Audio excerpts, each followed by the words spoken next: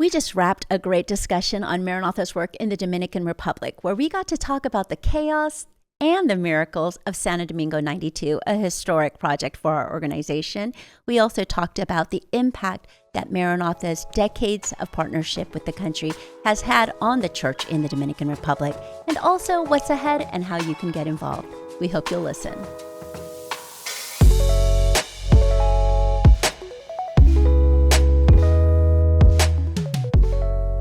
Hi, everybody, and welcome to Inside Missions. I'm Julie Lee, and today we're looking at Maranatha's long-term relationship and impact in the country of the Dominican Republic.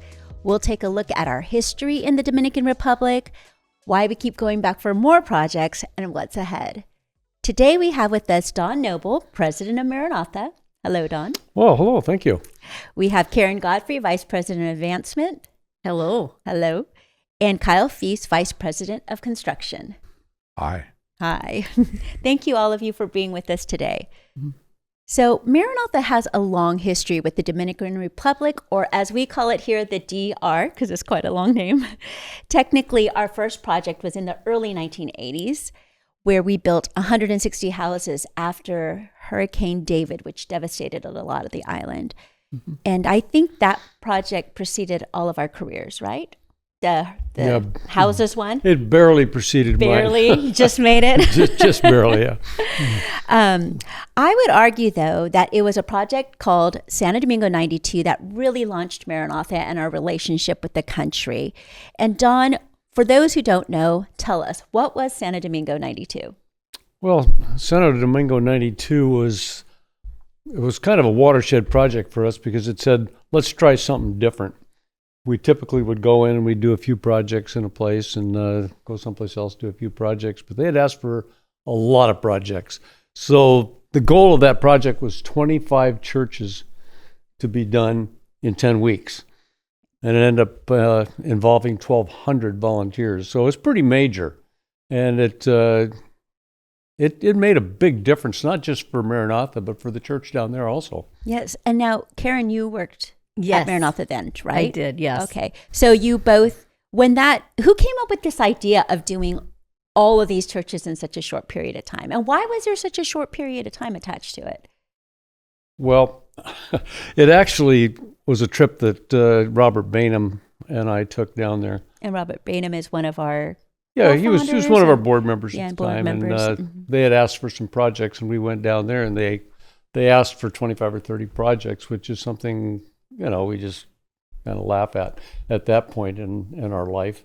But as we were going back to the airport at the end of that visit, Robert said to me, "Why don't you just do them all?" And I'm going, "Oh, sure, that sounds nice, Robert. How are we going to do that?" And he said, "You'll figure it out."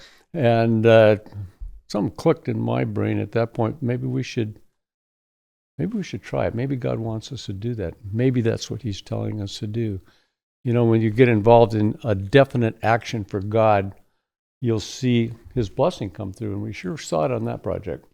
So, but logistically, Karen, we have Karen here who is a logistics queen. But was this was your first large-scale project? It's a model that we use now.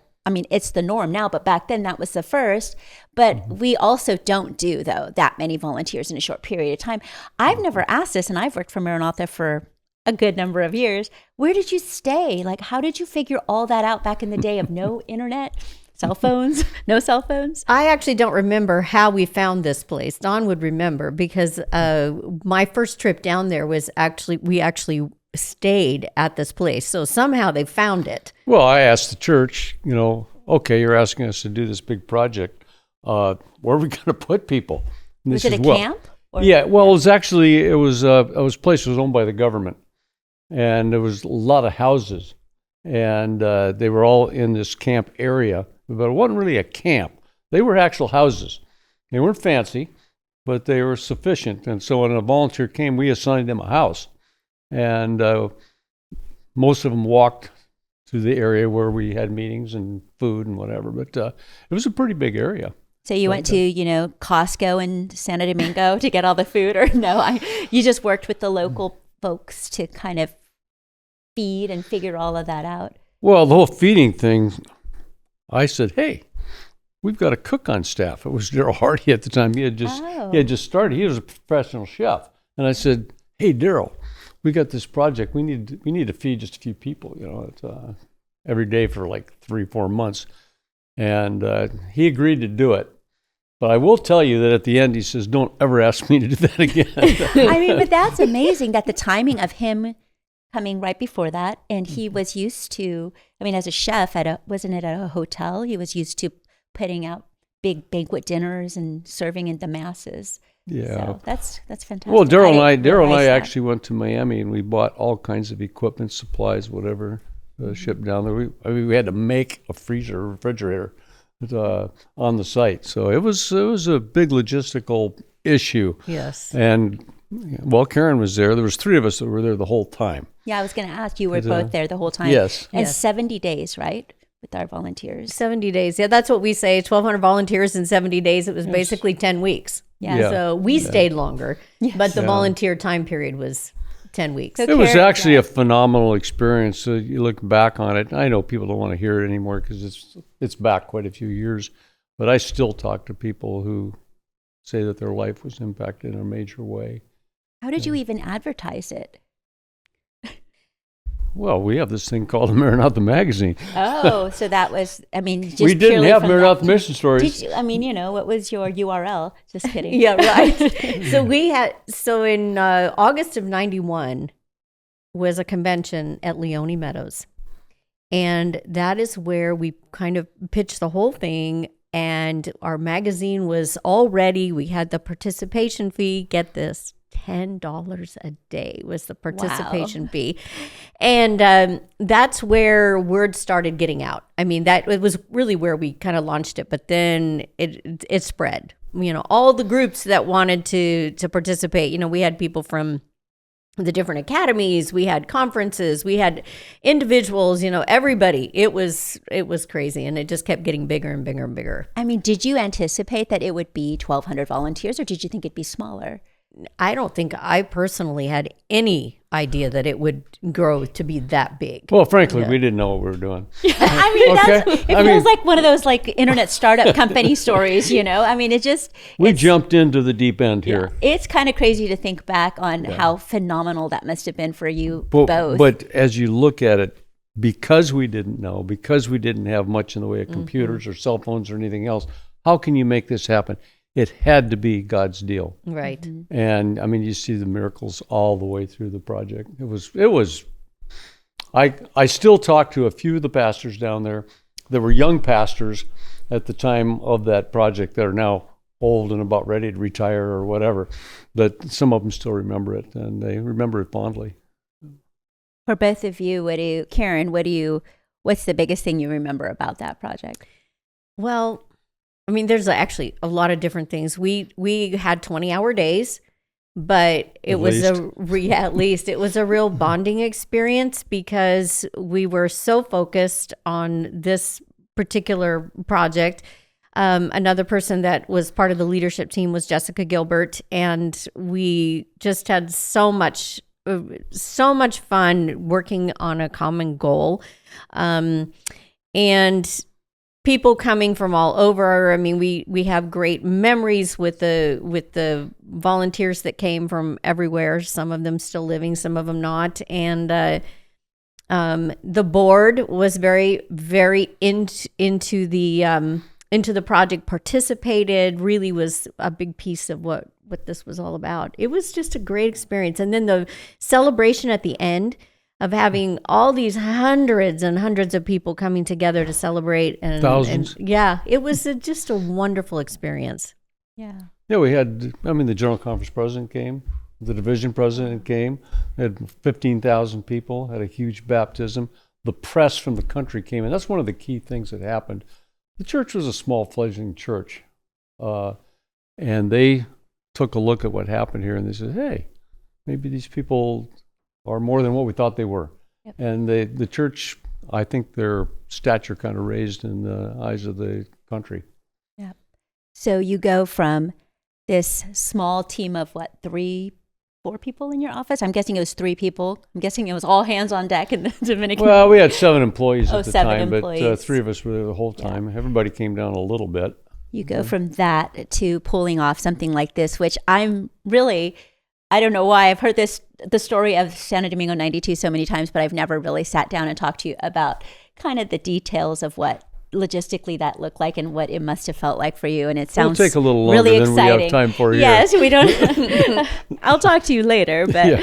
I'm kind of reliving it with you and feeling really excited about it. But so you go, that is the project. That is the project that kind of is that, or the origin story for, in some ways, for Maranatha in a new era and for the Dominican Republic. What do you think, though, in your opinion, was the impact of that on Maranatha as an organization? What happened after that? Well, I can tell you one thing that happened. We started getting a lot more requests. Mm-hmm. And, I mean, the World Church looked at that and says, oh, they did 25 there. How about 50 in Mexico?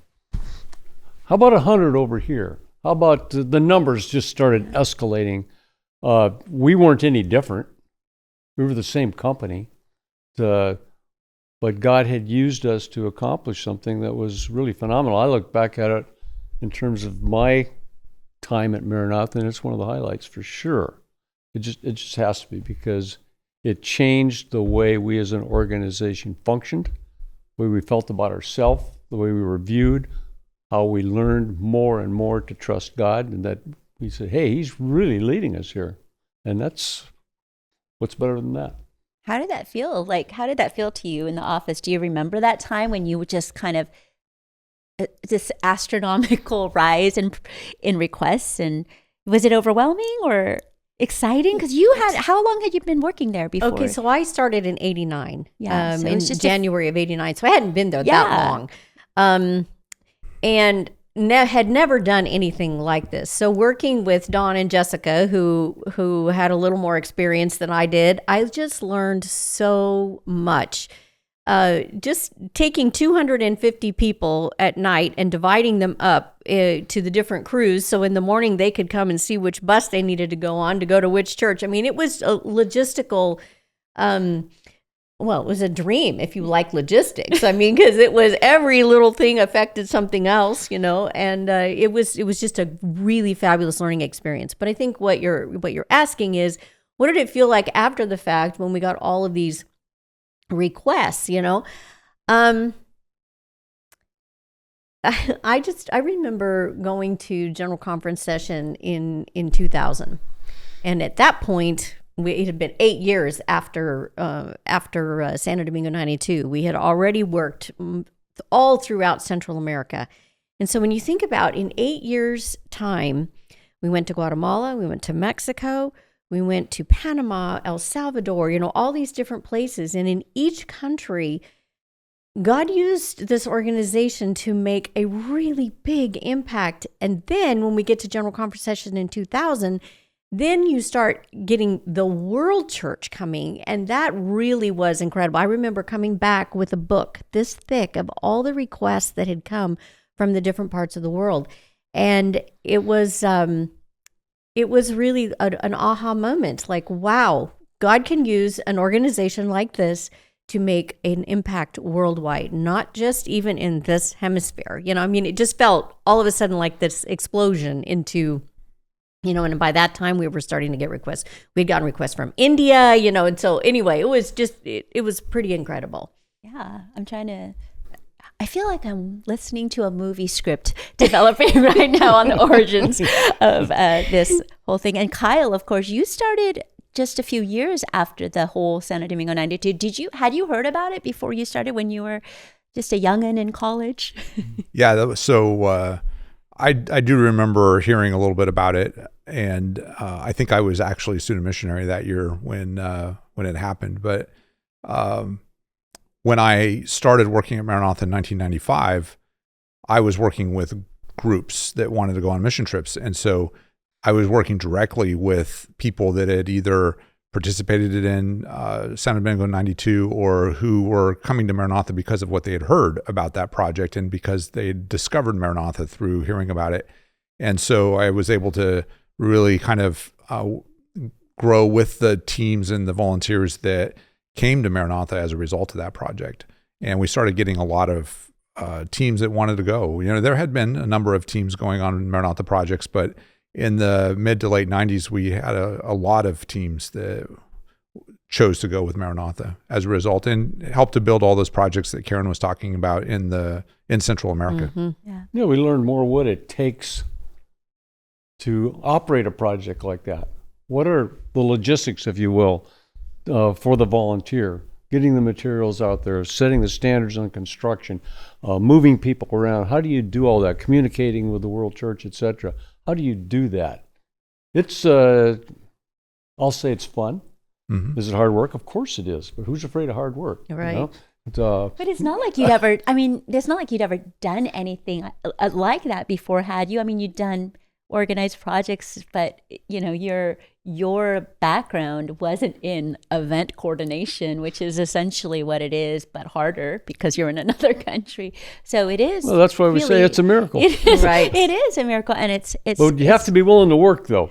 Yeah, and be brave, because I would just. Brave. Some called it foolish, because we were trying to raise the money also for these projects. I see. That wasn't just sitting there. Right. That was a big piece of it. We had committed, as a board, we chose the 25 number, and we had pictures of each of those locations. We put them in a magazine for people that could pick one and fund it. And it's hard. We weren't getting the money in. And as we got closer, the voices started rising, even from some of the board members. You need to cut it back. Yeah, I can imagine. Cut it back to 15. Maybe 15 is the right number. And I said, no, we've burned the bridge. We're going to do it, or we're going to die going down. Yeah. And that's what we did. And God came through. The last day of that project, we finished the last church, pews and everything. It was amazing. Oh yes, that's the other thing we had. We called the place that we stayed. We called it Vacation Land. Yes, because the name of it was Vocacional de Jaina, and my Spanish isn't great, but basically it was just it was for the government used it for teachers, and so they would have these big events there for teachers from all over the country and everything, and so for our needs, we just called it Vacation Land, and it was so there was one house that was devoted just to the pew building, and so volunteers were there all day cutting and putting together. It was really cool, because the whole thing was, when you finished a church, it was done. Pews and everything, paint. It was beautiful. The atmosphere with the volunteers was so positive. Mm-hmm. Everybody knew they were part of something exciting that was going on. Something big, something historical. Mm-hmm. Some of them had committed to stay for a week or 2 weeks, or some of them stayed, even a few of them stayed the whole time. But people would want to extend their time, and we've already given away your house, to the next group coming in. So it was. You look back and you say, I had no idea how we did it. We didn't even sleep. So like I said earlier, I've heard about this project so many times and written about it, and we always reference it and go, oh, Santo Domingo 92. But for some reason right now I feel so inspired hearing your story, just because, having worked for this organization and having traveled and having led one project in my pocket, but just imagining what it must have been like, and how incredibly difficult, and the amount of faith and courage it must have taken to take that leap. One of the things that kind of held the whole Mm-hmm. thing together was this group of young people. Mm-hmm. They were singers that kind of embraced this whole thing. They came out and they led singing, and they were young and they were outgoing. From the and US? No, they were locals. Oh, They were okay. Dominicans. Voces Sonoras was the name of the group, and people just loved their songs. They were actually wrote the songs. They wrote a song, they gave it to Maranatha. I don't even know if we own the song. It's Cristo Viene. It was a song that was given to us, Christ is Coming. And people would sing it, and they'd be positive, and the worships were great. and the people would talk about all the wonderful things they saw in the different areas that they were building, and it was cool. Now we have the privilege of looking back now and saying, okay, what happened from that? Well, Everything. It changed. Everything well, I mean, changed. there's one church, there's clear out by the airport that has spun over 30 churches. Over 30. Out of just one church, and they've all started many churches, and it's so. And but a there's lot of growth. There's one that's a close second with 29 or 30, which is just incredible. So, I mean, when you think about, and that one's right in the heart of Santo Domingo.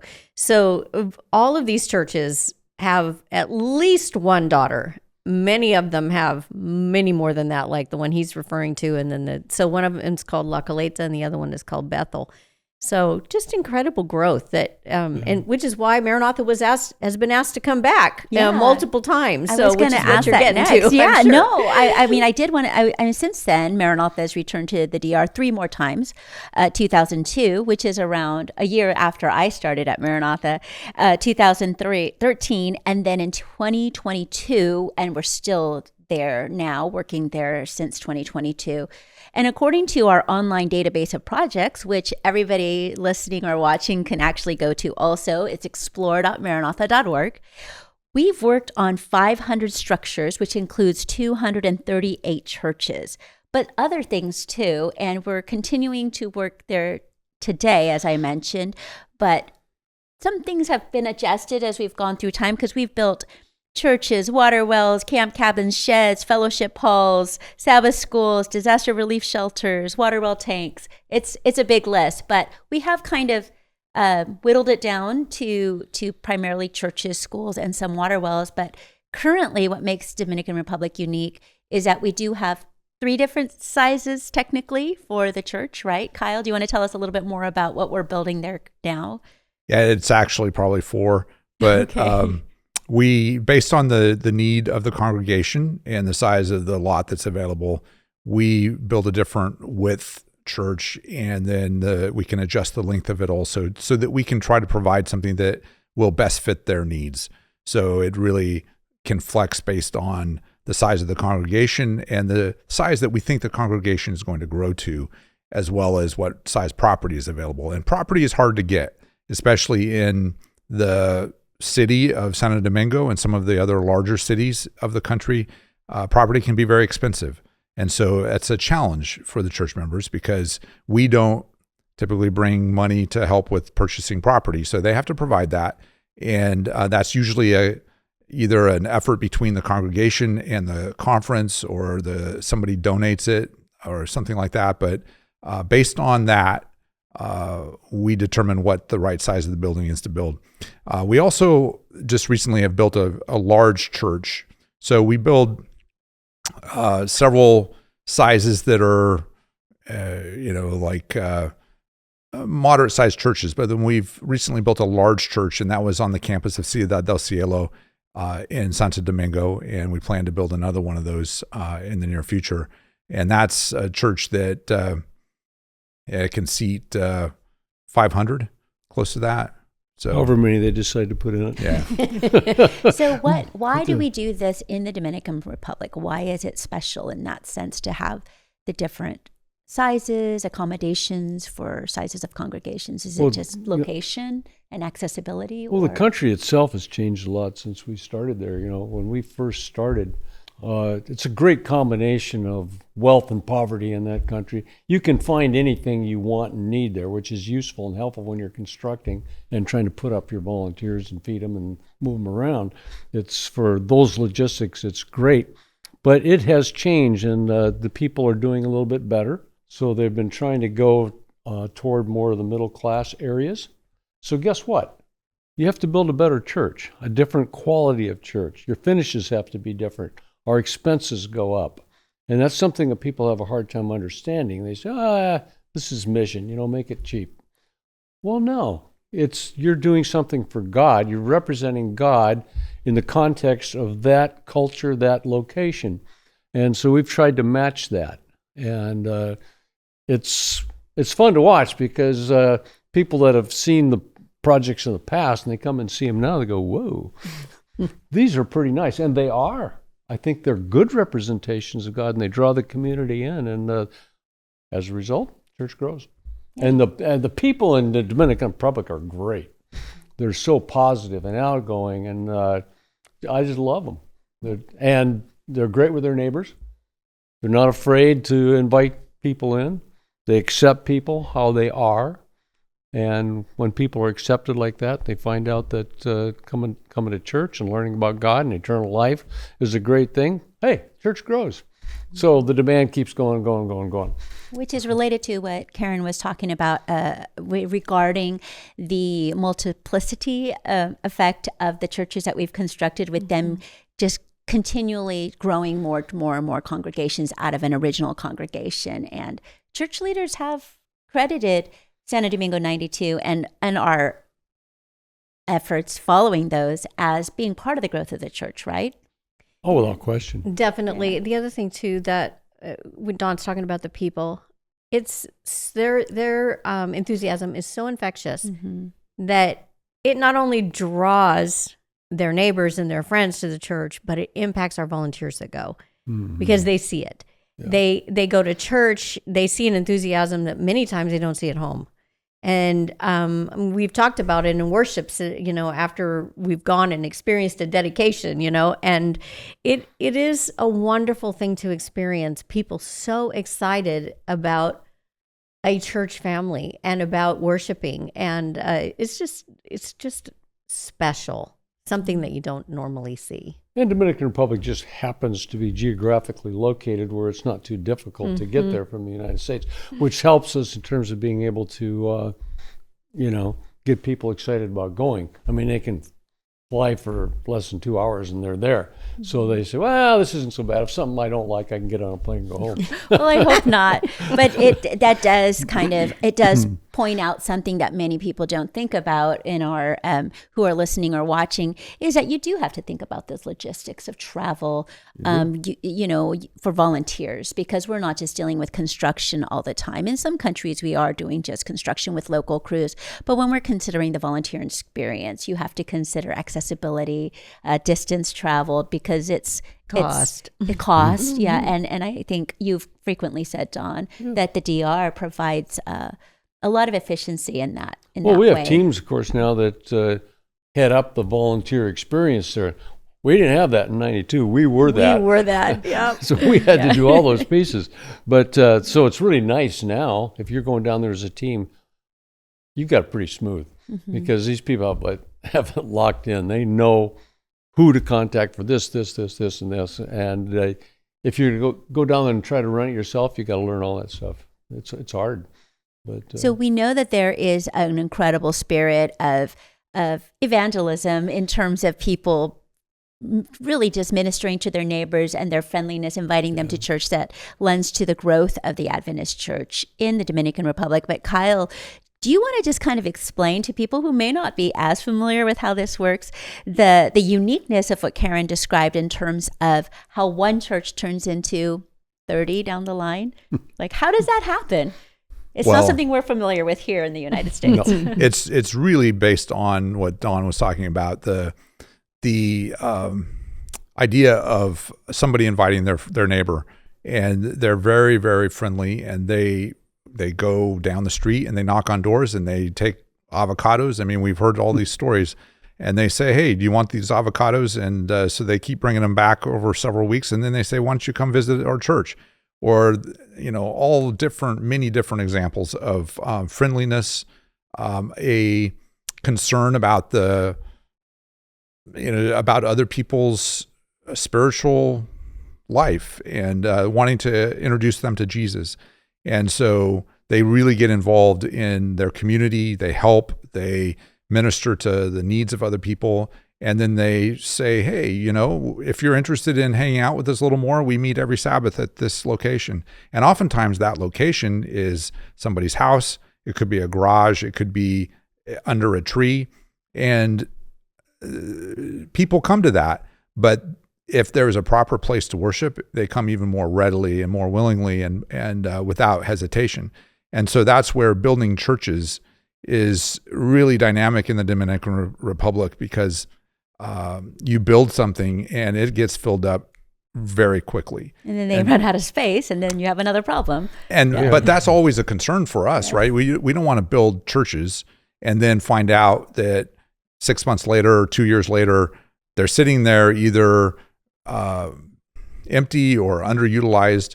We want those churches to be used really well. And so the DR is a great place to build them because they fill up fast. Yeah, they definitely use the product. Yeah, absolutely. Without question. And it's an example of what we like to say is the power of a building. It's not the building that's actually bringing the people, it's the people bringing the people. But a building is a really crucial part of the puzzle because you want a place. Yeah, you need a place. You need a place to worship God. And the places that we're building, they have pews, they have many of them have fans. So it's not luxurious, but it's comfortable. They have insulated panel roofing so that it keeps the temperature inside a little bit better than it is outside. And when it rains, it insulates the sound of the rain coming down and hitting that roof. So it's a nice place to worship. And some of the congregations, even they'll raise the money and they put air conditioning in their church and they make it their own. They make it nice. And it's not because they want something fancy. It's they want a place that's that they feel good about saying this is where we worship our Creator God. Yeah, you don't want the focus of your time at church to be, oh, it's so uncomfortable here, I can hardly stand it. Yeah. Why? You want to be able to focus on what's being presented about God, and I think that's what happens when they have a nicer place. Yeah, and they're proud of it. absolutely. So in our culture, the word split has a negative connotation. Yes. But when a church gets full, that's exactly what happens. They will send a few people will come together and say, hey, we feel like this area over here needs, and this is close to where we live. There's no church. Let's go start something over here. And so they will split off and they will go start another church, which is how this effect of what we call family tree with the mother church and then all these daughter churches and granddaughters and great granddaughters. And that's how that happens is because they're saying, you know what, others need to hear this. So even though, we use the word split or spawn or whatever, it's all kinds of terms you can use, but it's a positive thing versus a negative thing. Yeah, they're not splitting off because they don't like the music at church or they don't like this. They got angry about something. They're starting another church because they've noticed that there's a need. Yeah. And that's one thing that's unusual too, like the avocado story that Kyle mentioned, the man and his wife who did the avocado to make friends, bringing new neighbors avocados is, well, it's not even their neighbors. They just saw that there's a neighborhood that doesn't have the presence of the Seventh-day Adventist Church and decided, you know what, we're called to go out and share this message. And they just do that. And we see that over and over again in the Dominican Republic. They're seeing a need and they go out there and they plant a church there. There's another piece of how this all works that we don't necessarily talk about that much, but the church leadership that we're dealing with in the Dominican Republic. It hasn't always been the best, but it is excellent right now.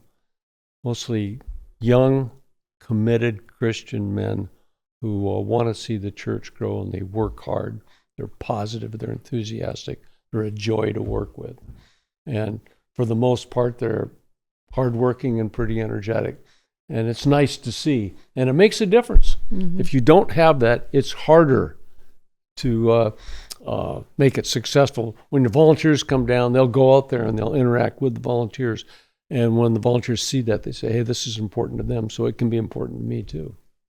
It's truly a partnership. Oh, right? yeah. Well, Definitely. They say to us, hey, Dominican Republic, the Adventist Church, Maranatha, we have a marriage going on, and there is no divorce. Okay. That's what they say. So 40 plus years and going. Yeah, right. Back in 1988, 89, Maranatha was building a church, or about to build a church in the town of Cotuí. And a family out of the Northwest decided to do this church in memory of someone that had just passed away. So fast forward 37 years. And this church that was built back in that time period started a school. That school and the church filled up to overflowing, outgrew their facility, and now has come back and asked Maranatha to build a school campus. And those types of things, they're just bursting at the seams. And so they're not getting rid of their old one because they're not full, or they're getting rid of it because they're selling it because they outgrew it and they need something completely different. But that's really a nice problem to have. And communicating with the family of the person this was in memory of, saw it in the magazine that we were doing something in Cotuí, so they reached out to Maranatha.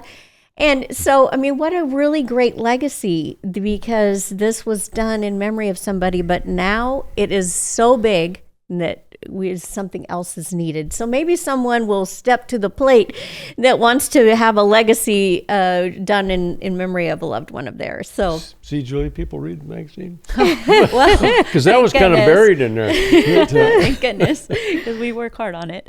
But at this point, we're going to take a little break to just do some rapid fire questions, which we have fun doing because they're never rapid, but that's just an ongoing joke with us, but we'll try. So I'm going to ask you, what is one word to describe the heat in the Dominican Republic? Because we know that is a factor. Depends on the time of year, but it can be oppressive. Oppressive, Karen. It can be. Sweltering. Sweltering, Kyle. Terrible. Not a man who likes But this is why, because that's not good marketing. It's, but there's also great beaches where you can cool off, right? No, it just depends on the time of the year, too. It does. It can actually get cold there. Okay, sort so of. choose your project. Yeah, you just have to know the right time You to have go. to know when to go. Yeah. And we'll help with that. Yes, we'll help with that. Favorite part of the country, Kyle? Oh, boy.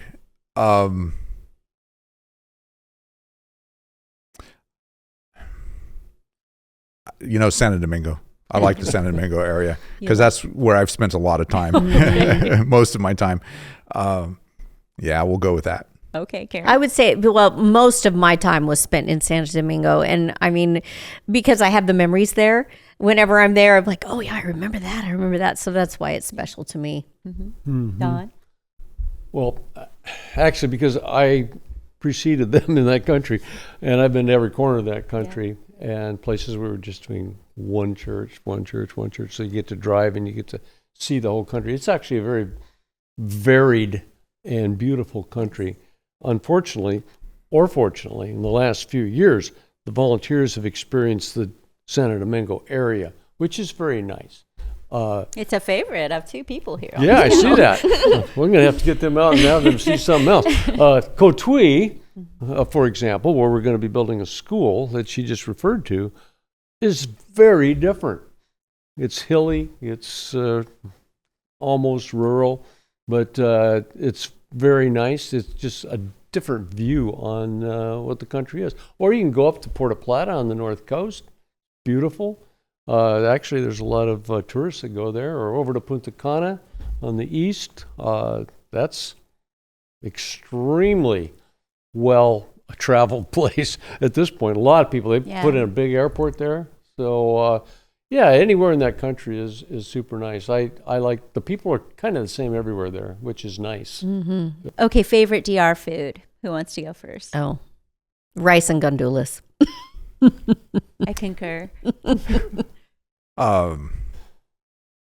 Anything that they make down there is pretty good. This is true. Don? Yeah, we've kind of focused in on one lady or one group that has done a lot of the cooking for the groups, because nobody gets sick when they eat this lady's food, and it's great, and there's plenty of it. So, I can't say specifically anything, but it's the food's always good there. Pizza and chocolate chip cookies. Yeah, they you make don't them well in the DR. You are not going to suffer from a food standpoint if you go down there. So don't use that as an excuse not to go. I feel like they have empanadas there too, right? Their version. I feel like I've had them there that similar, were so yes. good. Mm-hmm. Yeah. I think one of the unique things about the Dominican is they actually have got several vegetarian restaurants that are Adventist run, through maybe out of the institutions, either the hospital or the conference office, which Yes. I love that because that is part of the way that they're spreading the message is through the health message. And so we've had the benefit of literally being able to eat at some of those restaurants and also hiring some of the cooks to be part of the cooking for the volunteer groups. And it's just delicious. This is food. why they like Santo Domingo. I 'Cause also that's where they I are. also have to say, Karen is the queen of finding a good vegetarian restaurant. Any city you go to, people, you ask her, she will find the best vegetarian restaurant in town. So, and last rapid fire question: favorite project we've done in the DR, if you have a favorite. Yeah, has to be Santo Domingo 92 for me. Okay. It was I wonder such a why. life-changing thing for so many Yeah. people, including myself. Yes. Yeah. Karen. Same. Same. Oh yes, Santo Domingo 92 was an incredible experience. Yep. Yeah, I can't say that. But I was able to be involved in a project about a year ago at a church called La Reforma. And my daughter's school was involved in it. And so my wife and I went with them. And I was able to spend the week working on the church and laying block and meeting and interacting with the church members that were going throughout the town, just getting their neighbors excited about this new church and inviting them to come to church, and just an example of what we talked about a few minutes ago. And so that was a special experience for me, and probably a favorite at this point. But we're also still doing impactful projects. I don't want to say Yes. it was only 92. No, we'll get to those. Yeah. Well, maybe you're still going, I don't know, but I was thinking in terms of the big campus that we did, the biggest project we've done in terms of one location, the one that Ciudad del Cielo, where we dedicated it to the memory of Daryl Hardy, who had been our VP for construction for so many years. It's that place is just done so well. School's beautiful. full, church is full. I have all kinds of events there. It's everything that we had hoped that it would be. And it's a great project. So how do you pick between that and what happened in 92? I don't know. Well, I'll let you have both, Dawn. Thank you. Thank you. So I'm going to go back to something that we talked about before. That concludes our rapid fire portion of the talk. But so I'm going to go back. We talked about the different changes that we've made to the church design and such, Kyle, and the I don't want to say decor, but the finishes that we've done, and how, Dawn, you also mentioned how we've had to kind of evolve with the times and the needs of the country and the membership there. What other things have shifted in terms of how we do things in the country, and what has stayed consistent over the past several decades that we've worked there? Well, one of the things that's changed is, like Dawn mentioned, the way we support volunteers.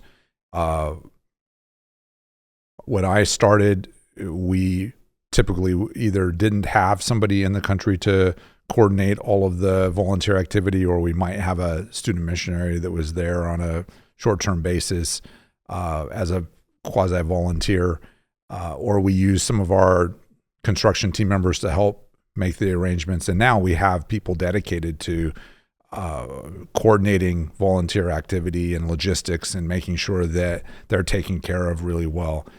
So that has evolved over the years. Our construction has evolved also, and we have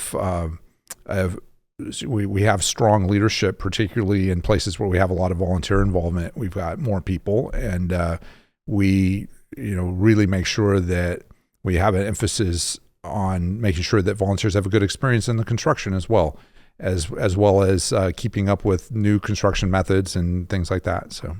Well, our construction teams down there are phenomenal. I mean, some of these guys have worked for us for over 30 years. I mean, they understand what we're building. They do it with quality. In fact, you'll have construction guys that come on these projects. They'll say, I'll hire you. Come and work for me, please, because the quality is that good. It's not, the mentality isn't simply, this is good enough. Mm-hmm. It's, how can we make it absolutely the best? I mean, you look at the lines, you look at every detail. You look at the details, you'll see the improvement. Yeah, they'll over the sometimes years. take down some blocks, right? If it's not done right and start Well, over. Daryl used to do that. He'd say, hey, give them a grade. He'd give them a grade on what they were doing. And if the wall needed to come down, the wall came down. Yeah, it's quality control for the volunteers who are just learning. Yeah, So. that's okay. And some of those things that you talked about in terms of the finishes, I think in the Dominican Republic, we see a lot of tile floors, and that might not be something you get somewhere else. And in India, you might see granite floors, right? But I do want to kind of emphasize or point out that it all really depends on availability of certain products, right? Because granite in India is going to cost different than granite in even the United States, right? Yeah. And Oh, so yeah. and in the Dominican Republic, you might have tile floors, but you're not going to have that in the bush in Kenya because of accessibility and cost, right? And so how do you kind of go through that process of making those kind of decisions? Do you work with the church leadership, Kyle, to do that, or how do you? Yeah, we're sitting down with them and trying to understand what is a representative church for this area and for this location or this region, and what is it that what is the standard like in that area, because it's different from country to country and region to region. And so in the Dominican Republic, we feel like the things that we're doing it's not fancy. You're going to find much more fancy things, in the country, but there's kind of a baseline that you feel like you kind of need to adjust with over time. When we were, building 30 years ago or more, mostly it was concrete floors and maybe wooden pews and things like that. And now people are living in different environments, that are living in better environments. They're working in different environments. And so the country itself, the standard of living has raised up. So you have to move with that. Mm-hmm. Well, Santo Domingo 92, we did tile floors, by the way. Did you? Oh, okay. Yeah, just so you know. Okay, just so everybody knows, we had tile. But things have changed. And we're not trying to do fancy buildings. We're not trying to do expensive buildings, because when you look at the demand and the need worldwide, you have to consider not overspending in one area so that you can't do anything in another area. That's it's a philosophy, I guess you'd say, is don't overdo it. But you want to do it to the point where people are going to be comfortable in that culture, in that community, and won't say, oh, I'm not going there because look how terrible their church is. You don't want that. And we definitely don't have that with what we're building right now. Yeah, and if you're familiar with the work of Maranatha over the years, you will see that we've started to do different things in different countries depending on what the leadership requested. So in Brazil, we have something very different on the facade of the church, and that's something that's done in partnership with the church, correct? For sure. And then I feel like Peru, I've seen different designs and different finishes, but I do like that. I do appreciate that we've really taken into consideration the different types of needs for that neighborhood, for that country, for that culture. We're not going to, the United States loves hardwood floors and carpet. We're not going to do that in a Caribbean nation of the Dominican Republic, et cetera, et cetera. And when you go back, that's an evolution of how we've approached projects. Yeah. You go back and look at the projects, sometimes after years, they repaint them, and I don't always approve. Oh, well, at some point we've got to release it, I guess. Yeah, you have to. But so we like the more subtle colors. They like the more...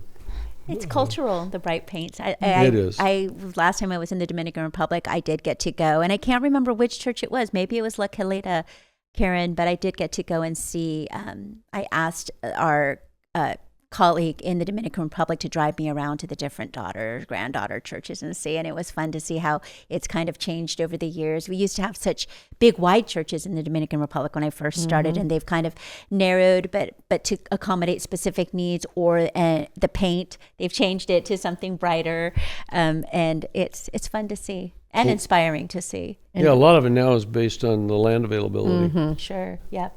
Because the cities, the price has just gone very high on This was in Santo property. Domingo. Exactly. The lots are much smaller than they used to be. Yeah.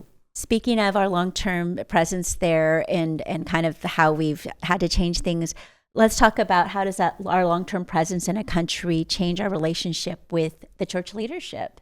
You've briefly talked about how much you appreciate the church leadership, but what's it been like to be in one country so many times and for so long? How did it impact our connection with the conference union, church leaders, the pastors, the people? It's sort of like, there's no difference in the minds of a lot of those church leaders and even church members. They don't see a difference between Maranatha and the church. We're kind of all working together doing the same thing. And the team that they have now is so excellent that, and the need is big enough and the volunteer demand is still high enough. I don't see us stopping in Dominican Republic immediately. We might slow it down so that we can open up some other areas, but it's close enough, it's impactful enough, and for those that think they've been to Dominican Republic just because they went to Santo Domingo, they need to go back again and see another area because it's a big country. So let's talk about what's ahead. Kyle, what are the projects that we're currently working on in this effort, and what's ahead? What do you want our people to know about? Well, after about 3 years of working really in a focused area in and around Santo Domingo, we started branching out into some of the other conferences of the country and trying to build a few churches in each one of those territories, those conferences. And so that's what we're doing right now with volunteer involvement. So we're working in the north, we're working in the east, we're working in the south, and we are focused on quite a few churches right now, but we're also in the beginning stages of a large school campus that's been mentioned already at Cotuí.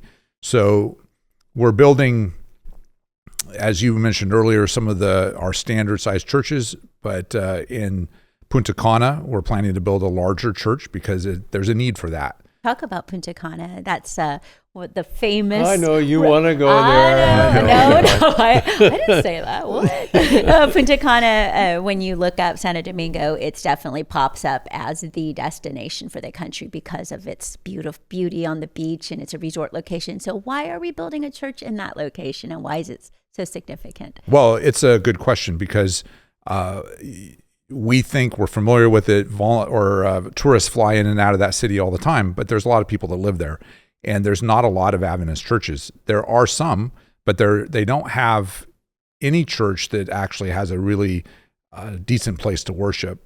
And so what they found and what they told us, the leadership, is that tourists come in to spend a week or more there in Punta Cana, and some of them who are Seventh-day Adventist look for a church to go to church at on Sabbath. And there are currently really no good options. People are either meeting under a tree or they're meeting in a shed somewhere or in a carport. There may be a few structures, but there's really no representative place for them to worship or even to host visitors. And so they said, we'd really like to build a church here. We have a piece of property. We'd like it to become an international church so that it can welcome visitors when they come to our town, because there's literally a lot of people that fly into that city every day. Like plane loads are dumping people off every single day of the year. Mm-hmm. And so the vision for that is it will be a larger church, and it will be a place that they can welcome visitors and feel good about it, and it will be a nice place for both the local members and the visitors to worship God. So yeah, it's really strategic. It's great. Well, it's something they've been asking us for a while, and we've looked at different parts of the town there, and this one emerged because it's actually very close to quite a few nice hotels within just a few minutes. So it's right off a main road, so it'd be easy for international visitors to come there. Plus, they need a central location to have events. Yeah. For all the different groups. In that corner of the country. That's what we created at Ciudad del Cielo. It's an event location. When they want to have meetings for whatever purpose in the church, where do they go now? Mm-hmm. Well, they go to Ciudad del Cielo. It's not a question, where are we going to meet? It's, is it available on this date, this date, this date? They want the same thing out there at Punta Cana, and they need it. It really becomes the center of influence for that whole region, just like what this big Ciudad del Cielo was. That project hasn't actually begun yet. The Punta Cana one. Well, we've worked on design, and When we- can volunteers expect to sign up for that one? Oh. In 2027? Karen was hoping it was January, but it won't be. To sign up, it probably won't be for a few more months, but I don't anticipate that one to happen for a volunteer project, maybe for a year and a half.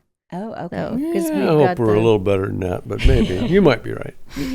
Speaking of centers of influence and going back to Kyle and future projects, I mean, the church in the Dominican Republic is really intentional about where they're choosing to build some of these larger churches or bigger projects like Ciudad del Cielo that you mentioned before. That was a place, an area that had a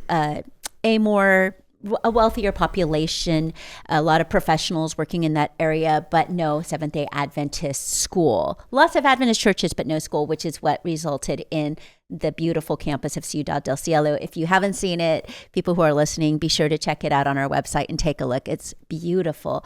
But we wrapped that project, and that was a huge project, several years. And now let's talk about Cotuí. We're going to be building there. Tell us about that project. What does that scope look like? Is it going to be quite to the impact of or size, scale of Ciudad del Cielo, or what are you thinking? Well, there's going to be several components to that project. One will be a kindergarten. Then there's going to be an elementary school and a high school. And so there'll be buildings to support that, including an education and evangelism center, which will be the focal point for the campus. And that will be the elementary school. But that is a large school building that we've built for many years in many different places around the world, with a large auditorium in the middle and classrooms down the side. And that building is very versatile. It's not a fancy building, but it's it makes good use of space, and it is very functional. And people, after they use it, they really love it. And so we're going to build one of those, and then we're going to be drilling water wells so they can have a dependable source of water, and having an outdoor play area and things like that. So it is using almost every inch of the property that they have available. We're cramming all of that into a very tight space, but we've been able to shoehorn it in, and it's going to be nice. They thought it was a big piece of property. I mean, you walk up to it, it looks pretty big. Surely we could put 12 grades in a kindergarten here, no problem. Until you start placing them on there and you realize, whoa, it chews up that whole property very, very quickly. But they'll have hundreds of students at that location, and it's going to be a very vibrant, busy place. And it's the leadership of the church has chosen that strategically as the next place they want to focus on for Adventist education in the country. Well, they're expanding the school that they currently have. Yeah, I was going to say it's not a brand new school. They're actually building a new campus for a school that was deficient for their needs. Well, it was too deficient. small. It only went, I think, to 9th grade, and this one's going to go to 12th. So they expand that way, and they had, I believe, 150 students that they had turned away on that current campus. I visited now. that campus. The children were literally meeting in a house next door in bedrooms. Yeah. Yeah, it's pretty that had been bad. emptied out to be a classroom, and so. Yeah, once that's done, it's just going to be wonderful for the church in that area, for the school. A lot of the children that go there, they don't come from Adventist homes, but the impact is really, really strong. And they've And got we're a still fundraising for that project, Karen? Yeah, we've got to get Yes. started pretty quick. Yeah. Well, Both we have projects. some. Yeah, that, we have. Cotuí and Punta Cana. Plus, there's several churches that are not yet funded in the Dominican that we're doing. But Yeah, these things are fun to talk about, but they're expensive. We need to raise I money mean, for them.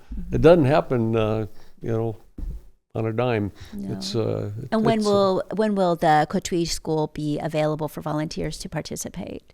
Estimated. So right now we're talking to groups that would like to go in the end of first quarter in 2027. So March time frame, maybe a little bit sooner than that. But right now we're working with both the planning stage and also getting ready to get permits and stuff like that. And sometimes that takes a while, but we're hopeful that all through 27 we'll be able to put volunteers into the project. So. but as they say, sometimes you have to go slow so you can go fast.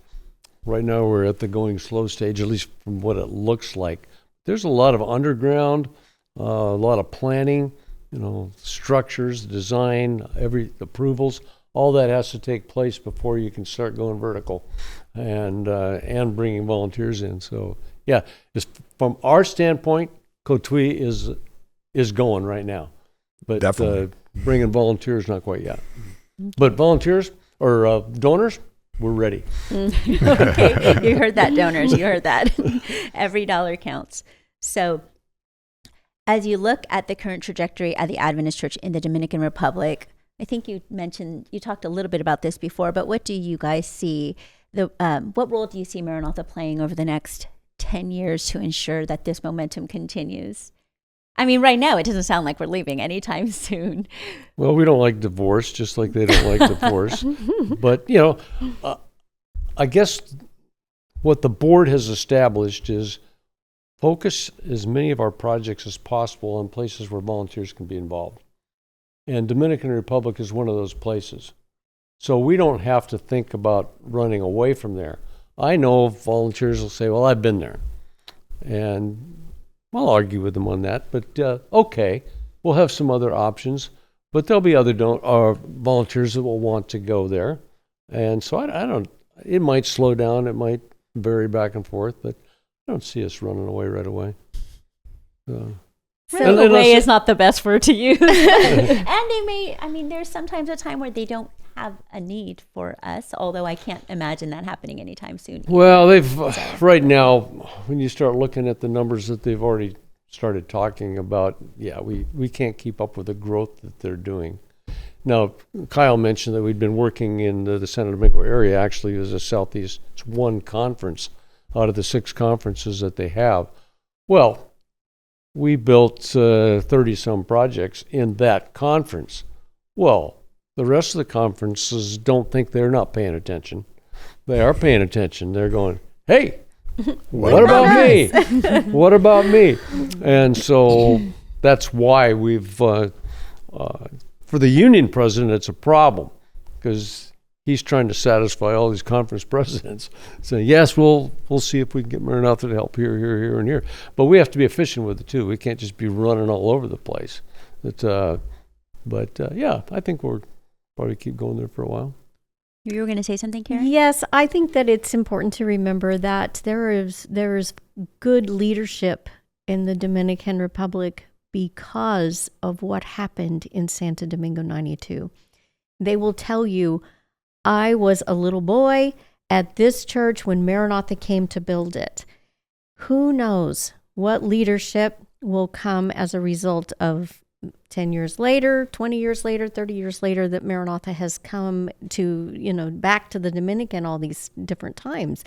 And the impact is significant. And I don't think that we'll ever know until we get to heaven what that impact is. But right now, we do know of at least some of the leaders in the church that came out of Santo Domingo 92. And some of the volunteers that went actually sponsored some of those young kids that grew up in the churches that we built, sponsored them to go to school, and now they are church leaders. And it happened 100% because of their involvement with Maranatha through the years and being able to go to school with the help of a volunteer who cared about them. It's interesting the way it all works. God's the logistical guy. There's logistics angels. I think there's a whole batch of them out there that are just running all this stuff because we're not smart enough. We try and we work at it, but we got to have some help. So for the last question, all 3 of you have been working for Maranatha for a while, you young folk. A while. And you've been to so many countries around the world and seen so many things, but what unique lesson have you learned from your experience in the Dominican Republic? Was it because we've all been to the Dominican Republic multiple times and seen so many things, but what do you think you've learned about the way God works or about God or something personal from your experience in the DR? Well, for me, it was just one of the countries that we went to until we hit 92, and then I realized that we were over our head. without God, you can't make that work. So when God shows that he's going to lead in a project, you can trust it. And that's the biggest lesson I think you can take away from any of this, is learning to trust God. That's the one thing he wants from us, is to learn to trust him. And that project is probably, of all the ones around the world, was the one that hit me the hardest, that you absolutely can trust God. And what better lesson is there than that? Every time I go, it's the people who help me focus on being unapologetic for my Christian walk and who God is. They are so passionate about it, and I love that. Yeah. It's always a good lesson for me. I think that growing up and living in the United States and attending church, I have felt a kind of the idea that getting involved is, or trying to share Jesus with the neighborhood or with the larger community around us, is the job of the pastor, or it's you're going to start a committee and the church will figure that out. I think my experience in the Dominican Republic has really taught me that it's a personal responsibility that God has given each one of us to share the love that God has shown to us with other people. And it can be really simple. It doesn't have to be really complicated. God wants us to reflect his love to others in a way that, by sharing avocados, like we talked about. And I think that's something that has been a big takeaway for me from my experience in the Dominican Republic, and has helped me grow in understanding the responsibility that we have as Christians. Well, if you have listened to this entire podcast and not been moved by everything you've heard today, as I have, and again, I feel like I'm hearing the story again for the first time. I mean, I just don't think that there is another place that Maranatha has worked that shows the level of evidence of his hand in all of this. If you look at the beginnings of Maranatha and how small you were then, and at the small country that Dominican Republic is, but that partnership together, it served as a catalyst for incredible things happening over the next several decades and more to come. Yeah. So thank you. Thank you to all of you for sharing your stories and being part of this discussion. Thank you for listening to this peek inside missions. You can learn more about the work of Maranatha Volunteers International by going to our website at maranatha.org. We'd love for you to get involved by going on a project or making a donation. See you next time.